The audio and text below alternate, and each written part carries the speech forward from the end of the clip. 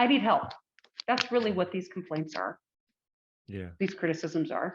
I'm in pain, I need help. Mhm. And just jumping in there and saying, you don't need help, I need help. Just with the way you made it sound just now. You're not Right. drowning, I'm drowning.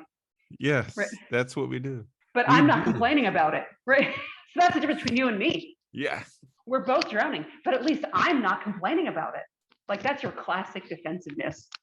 And so you're better off for having that. No, it is your classic defensiveness. And when have you ever seen it help? Never. Now we've got two people drowning. Yes. So why continue to do it?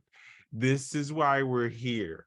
I have put everything into this relationship. What do I have to show for it? This is not what I signed up for. I'm afraid of what will happen to the kids if we get a divorce. I'm afraid of what will happen to me if I stay in this marriage. I'm not even sure that I believe in love anymore. I want to stay married, but I don't even know why, because it's not making me happy. How can I feel so alone when I'm not even single? So many people are struggling with this exact thing. We have to normalize the struggle. I mean, a perfect relationship, what is that? Does that even exist? Having a metric to gauge where you are right now. Staying in isolation, it's a death sentence. It's almost like being buried alive. Positive change just doesn't happen overnight. I mean, do you even want it to? Well, no, of course you want it to happen overnight. This is how we decide to walk in the promise of life more abundantly.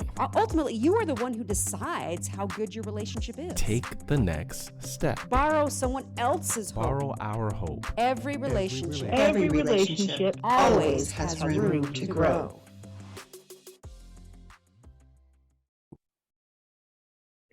Okay.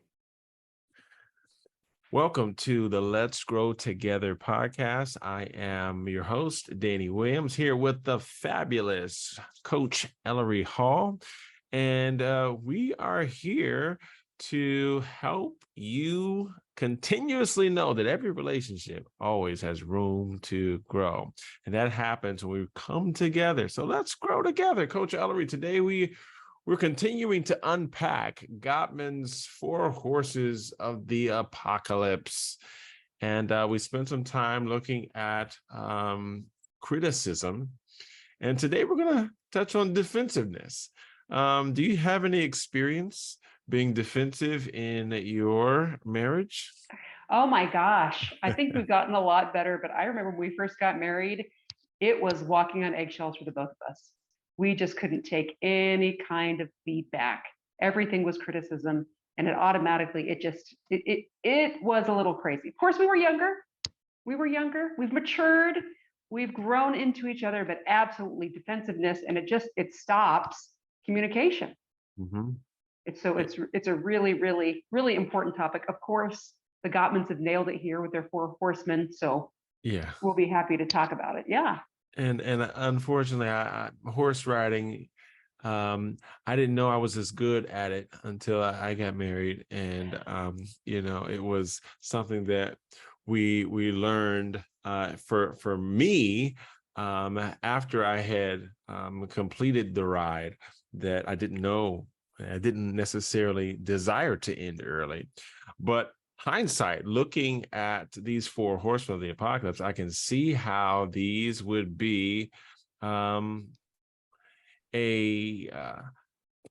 poisoning your water, your water source, and not productive in a relationship that is continuously growing, continuously thriving, getting better and better and better over time. And so as we begin to look at defensiveness, which, by the way, it's a little distracting to look at that little square on my eye. Just go ahead and mention that. If you're listening to this podcast, I'm using this DSLR for the first time, and I have this little square that's focused on me. And I'll figure out how to turn it off. But for now, I'll just be the marriage pirate. Arg. And so defensiveness. Now, Gottman talks about how essentially what happens when we are in a relationship with another human being is we have these things called problems. And when these problems arise, our tendency is to point the finger over there. It's the other person's fault that I'm lonely. It's the other person's fault why we're in this financial situation. It's the other person's fault why I'm sad. We have the tendency to really push the onus on the other person. Why do you think that that's natural human behavior, that we kind of come, with that default setting? Why do you think we have that default setting as we dive deeper into this topic? I love that you asked that question because it's great. In the work that I do with my private clients, we talk a lot about emotions, and particularly about negative emotions, and how they're like, they're a warning to us, right? Just like if we have pain from our body, we go, what's causing that pain? Right? And our assumption is always that kind of our natural state is one of happiness and comfort. And if there is something that, if I'm feeling discomfort, whether it's through physical pain or an emotion, then I start looking for what's wrong. Right? And so automatically we don't think that it's something we're doing. Right? Whenever we feel pain, we're like, oh what just no, happened? it wouldn't be something that we're doing. Like, right. We're yeah, definitely absolutely. Like if you Go trip or something like that, there's something outside of you that is causing that pain.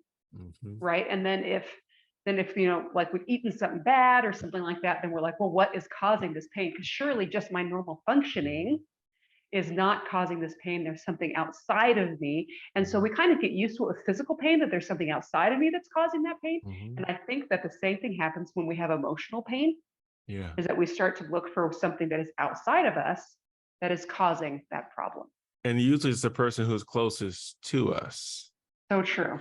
Who gets the tar and the feathers for whatever is ailing us, whatever is hurting or bringing the discomfort.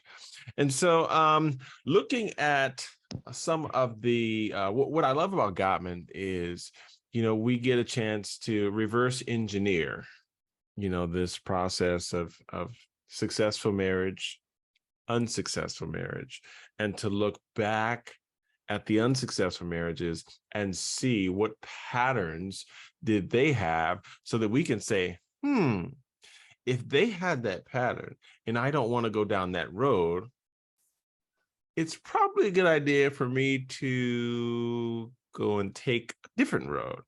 And so he's looked at what doesn't work and then prescribed a path that will work.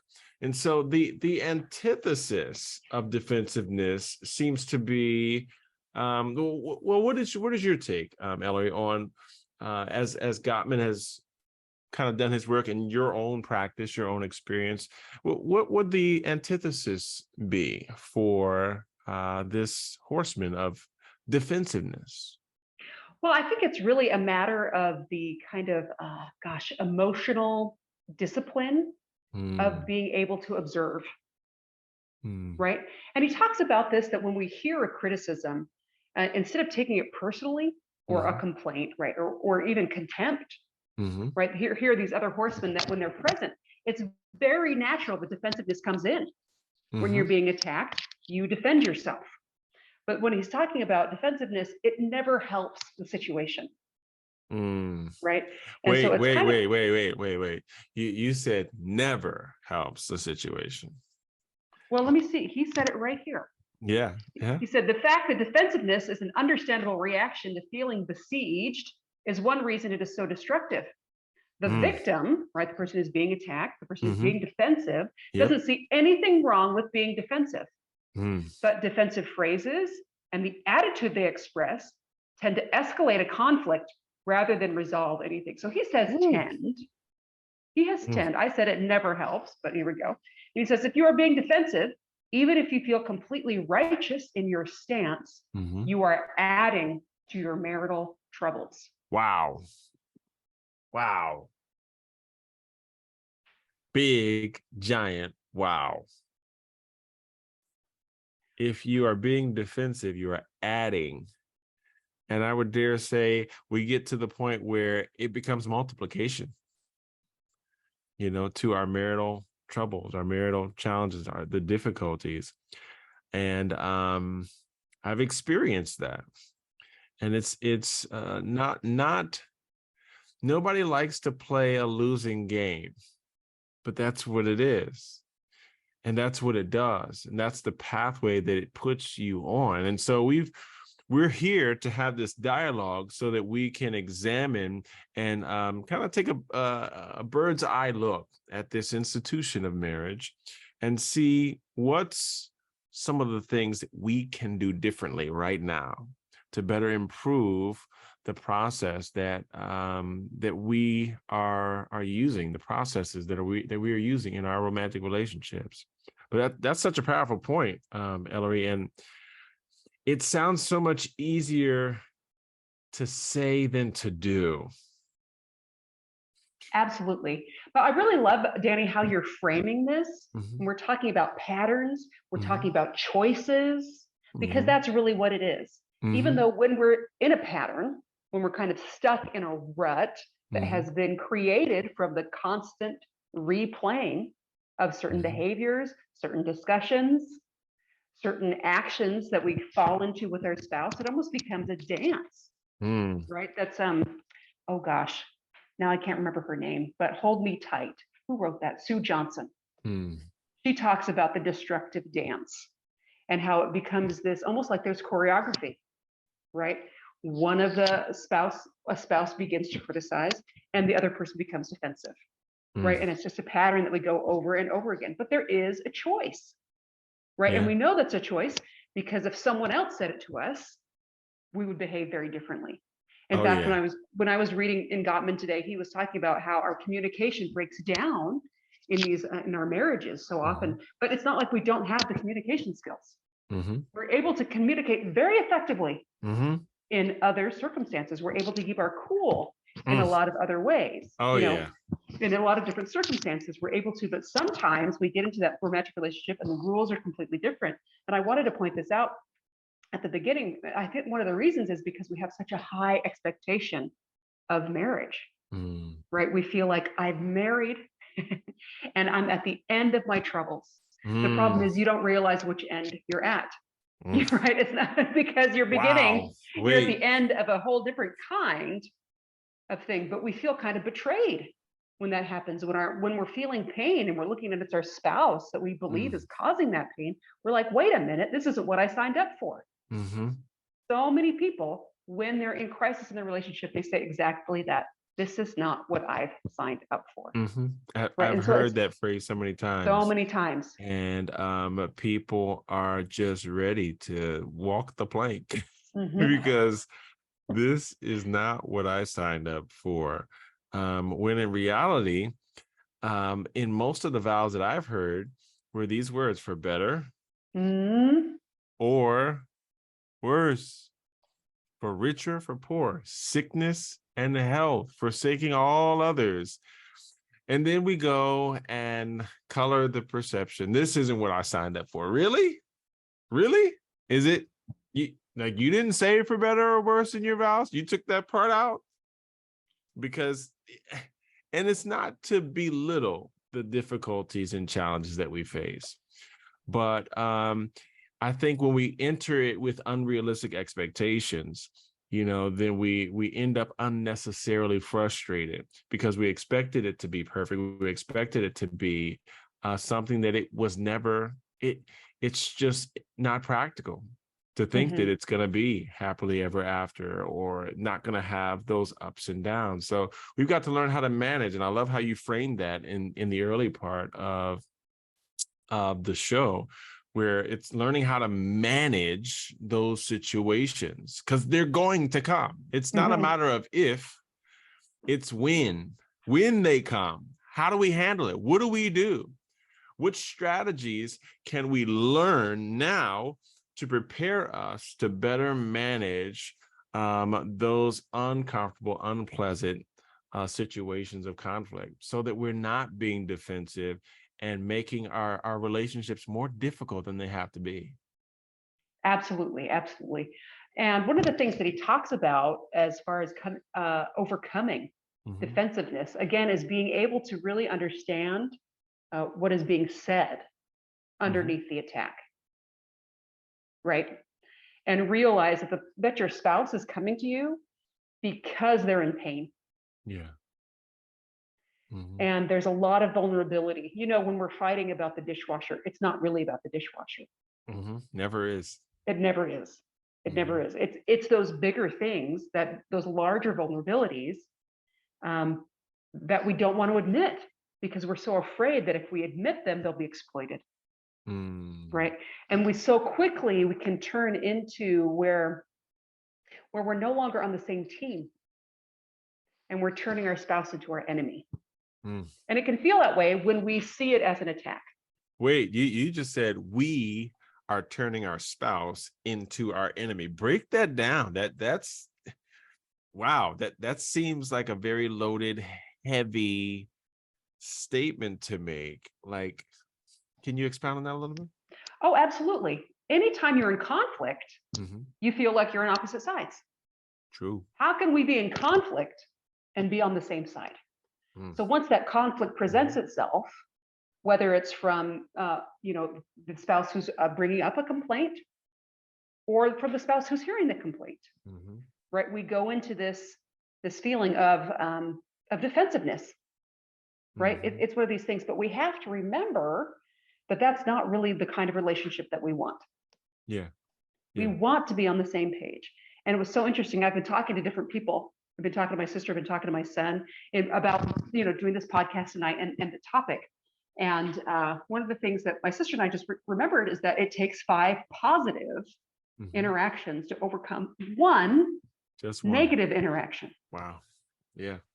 Right. Which just reminds us, and I think it's applicable with our spouses, but it's even more applicable, I think, with our kids, because we have such a great feeling of it's my responsibility to make sure these kids turn out right. Right. Which means I have to continually tell them what they're doing wrong. But the problem is, every time we talk about that, it is a serious withdrawal from a bank account. Yeah. And we need to have 5 positive interactions to overcome that, just to get back to normal. Yeah, to just get to normal, to get back just to to sea balance level. that out. Yes, exactly. And so we have to have a practice of finding the positive, right? And one of the reasons that we're kind of seduced into believing that I'm going to marry this person and my life is going to be, lollipops and buttercups from here on out, is because that was our experience with them when we were courting. Courting, what is this, 1820? Anyway, when we were dating, there we go. That's the right word. I'm like, what, Mr. Frog's coming? What is going on?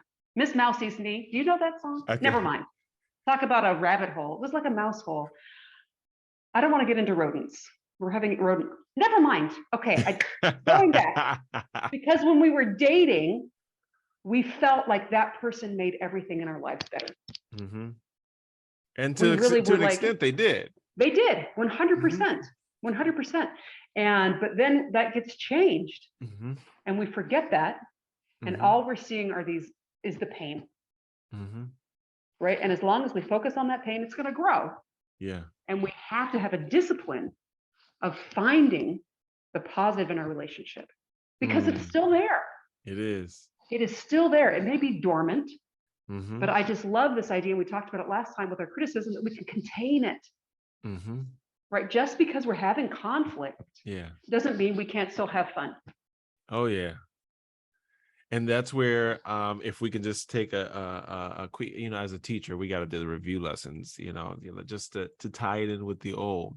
But one of the things that I loved was how couples who had a relationship that lasted, the longevity over time, they would be in the middle of the argument.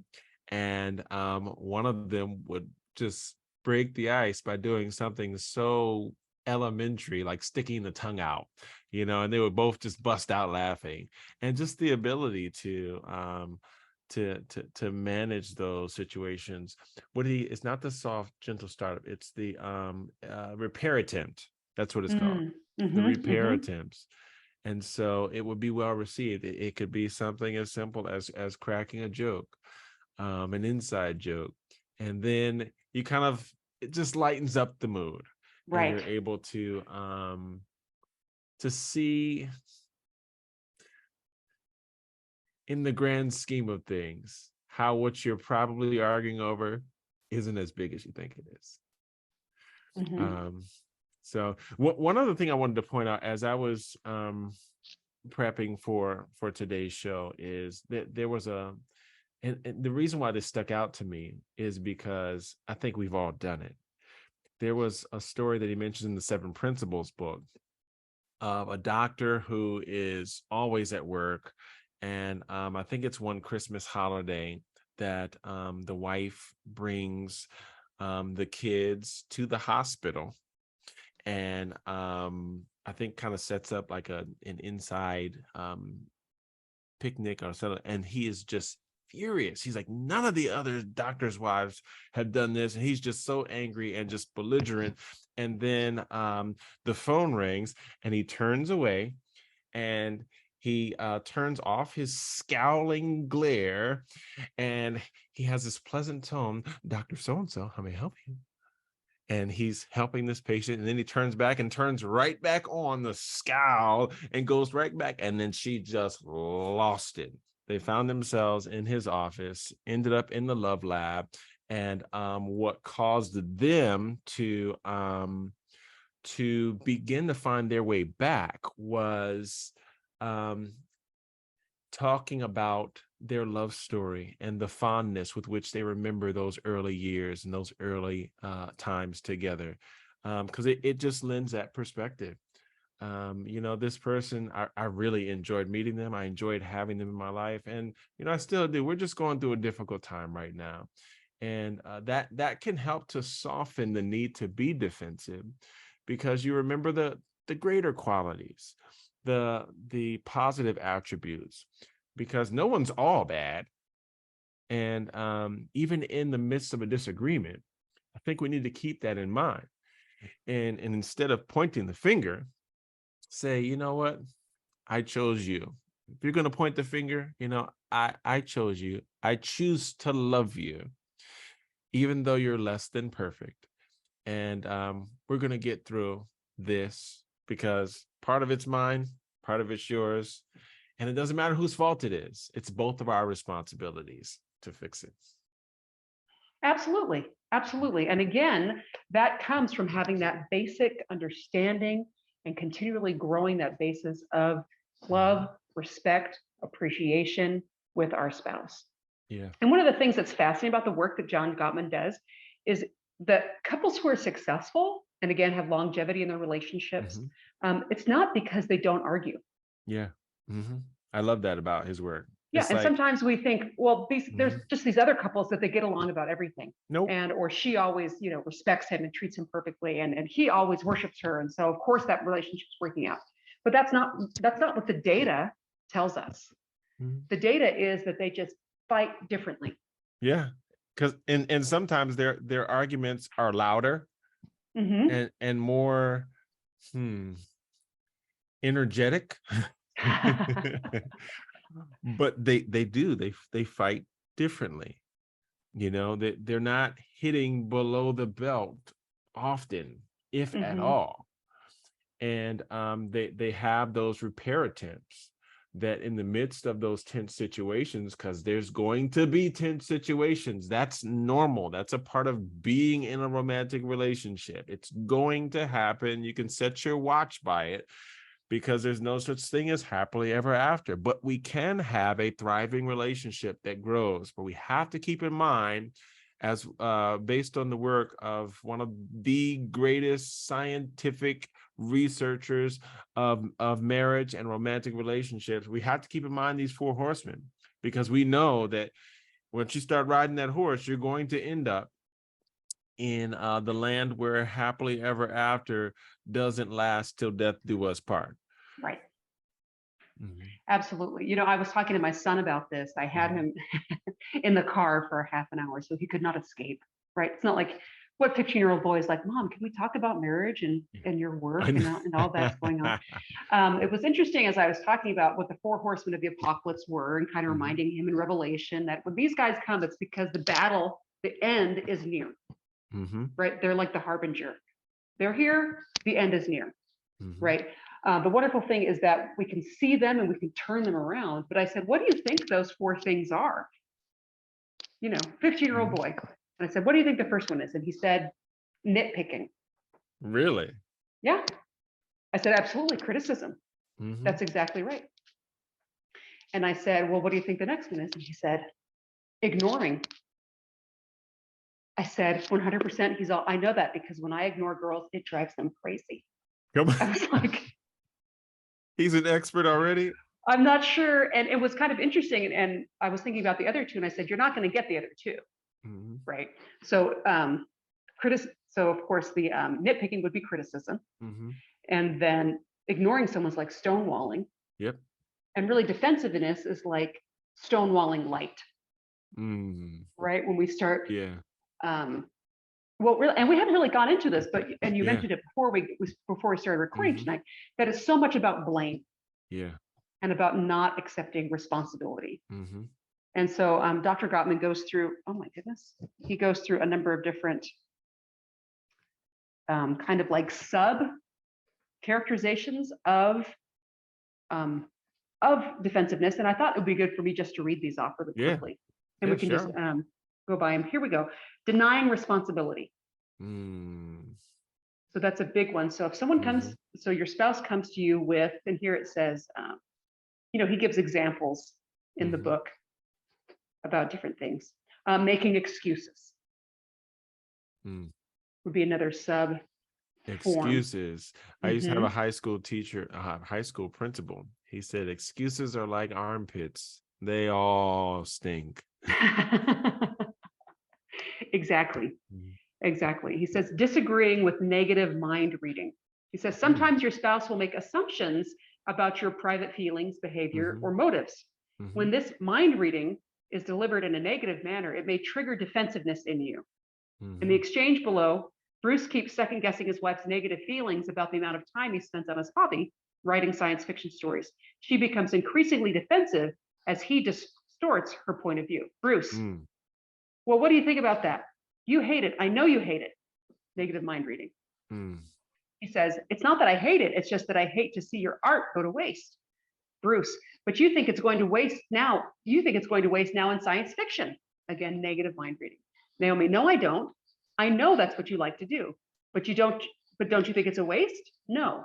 And so there's just this kind of going back and forth, being defensive about this instead of, again, what's the antidote to this is understanding. And the funny thing is, even as you were sharing that concept of negative mind reading, I think we get caught up in that. I know I had found myself caught up in that. I'll speak for myself. And oftentimes it's linked to wanting to know, but having that barrier of communication and not knowing how to. And so you just start pulling stuff out of the woodwork. So it must be this. Well, maybe you're thinking that. Well, maybe you're this, because for many people, no one really shows us how to deal with effectively these unpleasant situations. And this is why, I mention it as often as I can, but the marriage assessment book and the marriage assessment framework with the marriage report card and the recorded progress meeting was really designed to help people manage their relationship. It's a relationship management system. And the process of being able to share how you feel and being able to learn how your partner feels in a way that is effective and efficient and non-combative. It's so critical. It can help you if you use it. It's not a magic wand. It's like a hammer. It's a tool is only as good as the hand that wields it. And but we can effectively communicate and learn to receive what it is that our partner is trying to say, so that we don't find ourselves doing the negative mind reading and end up being, no, it's not that. Yes, it is. No, it's not. Yes, it is. And who wins that argument? Right. Right. So, Absolutely. Absolutely. yeah. And that's kind of, you know, and that's kind of an interesting thing too, when we're going back to really thinking about the pain that someone is trying to express with criticism or complaint or a request, as we talked about in the last, in our last podcast, is like, it doesn't help to add defensiveness, to add more pain to it. It's just putting fuel on the fire. Yeah. And this is, you know, and that's another one that he's talking about here, is how much cross complaining. So this is the grown-up version of so's your old man. So he talks about, Sue says, we don't ever have people over for dinner anymore. You're so antisocial. Okay, so that's a criticism, right? Bob's response, no, it's just that you never clean up the place so we could. So he deflects and tries to hurt her back, right? Who's done that before? Oh, everybody raise your hand. Oh my goodness. Absolutely. Gracious. Hey guys, You're saying that's normal. I'm not perfect? Yeah. I'm not perfect. Well, neither are you. Yeah. Right. So he called that cross complaining. So when we have a different, we bring something else up. To again, it deflects, right? It's not accepting responsibility. It's deflecting. Then he talks about the rubber man or rubber woman. He said, remember that old playground saw, I'm rubber, you're glue. Whatever you say bounces off of me and sticks to you. So that's when he says, lazy, you never help with the dishes. That's not true. You're the one who never helps. You never listen to me. Well, you never listen to me. It's like a tennis match. Yeah. And it's going back and forth with the exact same thing. Right. Right. He talks about yes, butting. So yes, but. Yeah. So you said you're going to fill up the gas tank and you didn't. Yes, but that's because I had to get home in time to make dinner for your parents. Have you thought about how important your marriage is lately? We have been. Coach Danny and I have been thinking about how important every marriage is. And that's why we started the M Squad, couples fighting together for a love that lasts forever. Because we know that couples, gosh, it is harder than you think. After the I do, now what do I do now? So we have the M Squad, an opportunity for you to get out of isolation, to be able to get with other couples, to be able to hear other people. What are they struggling with? Is what you're going through normal? Is this really how marriage is supposed to be? Are there other ways that we can get through these difficult times? The answer is yes. I want you to check it out, themsquad.com. themsquad.com. To give you the strength that you need, the accountability that you need to make real differences in your marriage.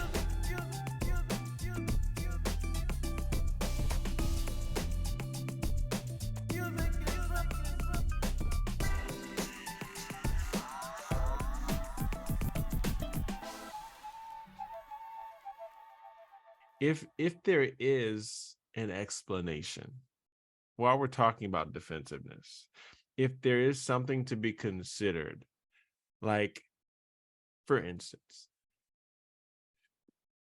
there is a car, let's say there's a medical professional who has to get to work, there's ice on the road, and the car slides and taps the bumper and causes a little bit of damage. And so we have an accident, we're going to have a claim, we're going to have to pay a deductible.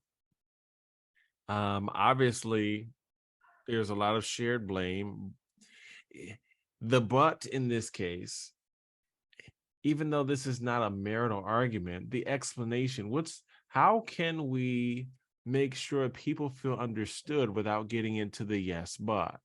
How can we make sure that they have an opportunity to share the facts that help to contribute to situations without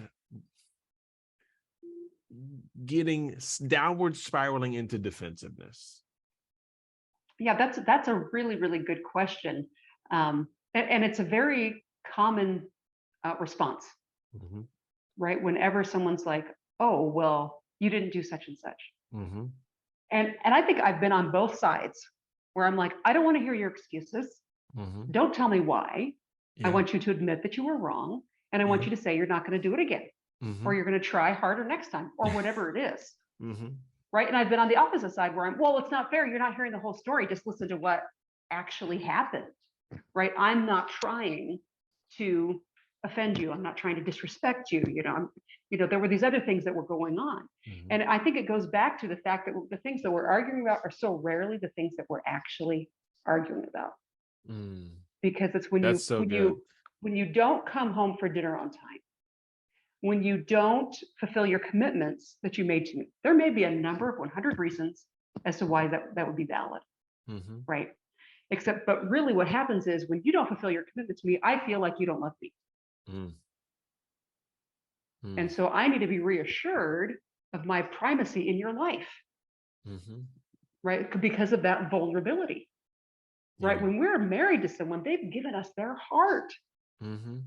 They've forsaken all others. Mm-hmm. And so often we're worried, we can start to think, did I make a wrong mistake? Yeah, did I make the wrong choice? Yeah, right. Is their commitment to me, even in the little things, not sufficient? Mm. Right. And so that's kind of where the argument's never about the argument. Yeah. And so I think there's an awareness that needs to come from that, of the vulnerability that's there, and that we need to continually grow the relationship and be able to, again, separate ourselves. Yeah. This person's in pain. Okay. Mm-hmm. Am I going to get into the quicksand with them? Mm-hmm. Or am I going to be the one who's going to hand them a stick and help them get out? Mm. Right. And this is what we know from lifeguards and such. You never get in the pool. Mm-hmm. You never dive in to help them. You always hand them something else. Mm-hmm. Right. But when you're doing this yes, but, or any of these kind of defensive things, that's you hopping in the pool with them. Yeah. And we start struggling together. And so often, and especially with these complaints that we may bring to our partner spouse, it is all about being heard Mm-hmm. and being understood. Right. And Yeah. so then we can take that opportunity that when we're starting to feel defensiveness, realize, wait a minute. Okay, instead of this triggering me to go into defensiveness, Mm-hmm. can this trigger me to go into curiosity? That's good. That's really good. That's really good. Is this an opportunity for intimacy? Mm-hmm. Right? So that we're able to go that, and because it's always so important to validate, and this is one of Dr. Gottman's 4 keys Mm-hmm. to overcome these 4 horsemen is validation. Mm-hmm.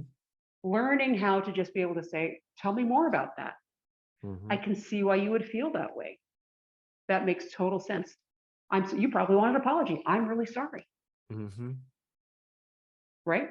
And if you get to a point and that you can kind of help that vulnerability strengthen. Mm-hmm. Right. And that's kind of an interesting thing to think about too, is that you have this opportunity to strengthen your partner's vulnerability rather than them having to be defensive. Yeah. Right. I don't have to protect myself from you. I can be vulnerable and you're going to strengthen me. And we're going to have this protection that we put up together for each of us. Mm-hmm. Right. I build you up so you don't have to protect yourself. Wow. Say that last part again. Say that again. Yeah. So I build you up so you don't have to protect yourself. That's so good. And that's what we're looking for, that safe space. What if we in our romantic relationships learn to do that? Wow. Big wow. Well, and then you'd say that's exactly what I signed up for. Come on. We can drop the mic right there.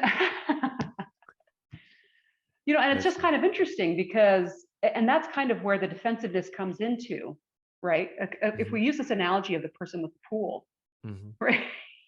I need help. That's really what these complaints are. Yeah. These criticisms are. I'm in pain. I need help. Mm-hmm. And just jumping in there and saying, you don't need help. I need help. Just with the way you made it sound just now, You're not drowning. I'm drowning. Yes, right. That's what we do. But I'm not complaining about it, right? So that's the difference between you and me. Yeah. We're both drowning, but at least I'm not complaining about it. Like, that's your classic defensiveness. And so you're better off for having that. No, it is your classic defensiveness. And when have you ever seen it help? Never. Now we've got two people drowning. Yes. So why continue to do it? This is why we're here. And I want to just remind you, as we bring this show in for a landing, of an amazing opportunity that we have to get your marriage out of isolation, and you linked up with the kinds of people who can help you learn to do the things, to see the blind side, because we all have blind spots. It's called the M Squad, a community of couples fighting together for a love that lasts forever. There is going to be information for those of you who want to have this incredible community experience in your romantic relationship. It is extremely, it is beyond affordable. It's absolutely ridiculous. And I don't know how we can continue to keep it that way, but I believe that we are, because the goal is to make it accessible for people, couples like you. And I want to encourage you to don't struggle alone, because together we can grow. Together we can see that this is a normal challenge. This is a normal experience. This is a normal it's all normal, but we have the opportunity to come together and grow in love so that you can continue to have a relationship that's growing, that's thriving, that isn't getting stagnant, that isn't getting stale. And Elary, I just want to, give you an opportunity to give us some final remarks, but I just had to throw in an opportunity for people to understand, to get an opportunity to experience what the M Squad is, and to see it as a game changer for their romantic relationship. But what would you say, Elary, as we closing remarks for this episode, as we look to have the solution to the problem of defensiveness? Takeaways. Well, I love that we were talking about the M Squad, because it's so important. And I was just thinking about the great parable of Jesus, where he talks about the wise man and the foolish man. And they're both building houses, right? One's building on the rock, one's building on the sand. And when we look at that, the difference that Jesus was describing between these two groups of people, where they're both people who listen, but the man who builds his house upon the rock is the man who does the work, who takes the action. And that can be very deceptive. I mean, there's so much great content available for us today about relationships that's inspiring, that helps us feel great. And we get wonderful insights, but if we don't act on them, we're just building our house on sand. And when the storms come, they get washed away, because there's not that foundation of action. And so, and that's the real struggle with personal development. It can be that you hear all these great ideas, but then you don't implement them. And that's what's so wonderful about the M Squad, is that because it's so affordable, like you said, it's ridiculously affordable for the value that you get, and it gets that ball started, it gets it rolling, it gets it to a point where you're actually investing. Again, we're always talking about growing together, the concept of growing. And if you can imagine planting a garden and then never weeding it, never watering it, and then going back out there in 6 months and being astounded that you don't have a harvest. But so often in our relationships, that's what we're doing. We're expecting somehow that just by nature, it's going to evolve into this beautiful thing. But that's not agriculture, people.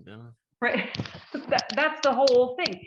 This is what God wanted Adam to do in the garden, was to go and to cultivate and to learn that and to understand the effort that it takes to make things become the best that they can become for their potential. And the potential is the same. Right? The seeds are all good. Oh my gosh, there's so many parables and everything throughout the Bible that's teaching this way, right? And so I'm sure you're coming up with some of your own, but It's just part of what we need to do. We have to anticipate those weeds popping up. Mhm. They're going to be there Mhm. because here we go. There's things in the soil that we can't see. Yeah. That's exactly what happens with our spouse. If we want to talk about things that trigger them or issues that they have or all these other That's things, so there's good. just things in the soil that we That's can't so good. see. Wow. And the water of the relationship, even the positive things we do, can kind of trigger those negative things of those weeds. Mm. But it doesn't mean that the soil's bad. Mm. It doesn't mean that it's a waste of time. And it doesn't mean that there's not going to be a harvest. It just means that we have to do some work in order to get that harvest. That We're not going to is the so store. good. I shouldn't have stopped you. It's so good. It's so good. We can't see everything that's in the dirt, but that doesn't mean the dirt is bad. That is so good. You guys better get in M Squad, because it's going to radically shift and transform everything. Don't try to do it alone. Let's grow together. Yeah. So as we land this plane for this particular episode, we want to encourage you to dive deeper into Gottman's work, because this is a scientific study of marriages that worked and those who did not. And just like the law of gravity, we can set our watch by it. And I want to encourage you, if your relationship is not in a good place, don't stay there. Don't stay stuck alone. Even if your partner isn't on board with getting help, start the process yourself, because you have a lot of power. And when you use it, it can change everything.